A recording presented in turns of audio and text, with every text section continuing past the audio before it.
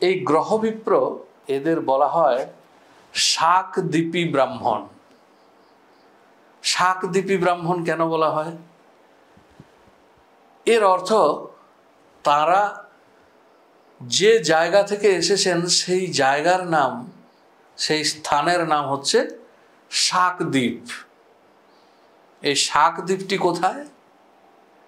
এই শাকদ্বীপ ভূগোল বইয়ে পাবেন না। এই শাকদ্বীপের অবস্থান খুঁজতে গেলে আমাদের যেতে হবে বিভিন্ন পুরাণ শাস্ত্রে। আমি নিয়ে চলেছি বিষ্ণু পুরাণে। বিষ্ণু পুরাণে বলা হচ্ছে যে এই পৃথিবীতে 7টি সমুদ্র আছে। কি কি 7টি সমুদ্র? লবণ, ইক্ষু, সুরা, সর্পি, দধি, দুগ্ধ এবং জল। আমরা যে ছেলেবেলায় আবারও পড়েছি 7 সমুদ্র, সেই 7টি সমুদ্র হচ্ছে এই 7টি সমুদ্র।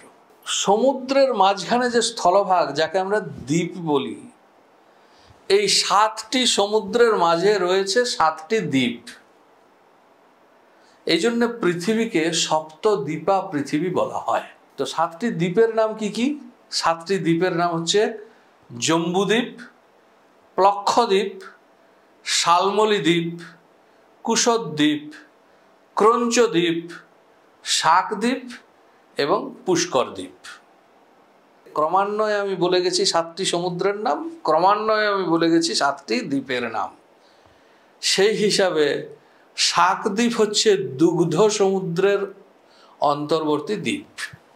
পুরাণবিদরা অনেকেই নির্ধারণ করেছেন যে দুগ্ধ সমুদ্র ব্যাপারটাকে যদি আমরা ছেঁটে ফেলি, তাহলে শাকদ্বীপের অবস্থান মোটামুটি আজকের ইরান থেকে শুরু করে উত্তরের সাইবেরিয়া পর্যন্ত।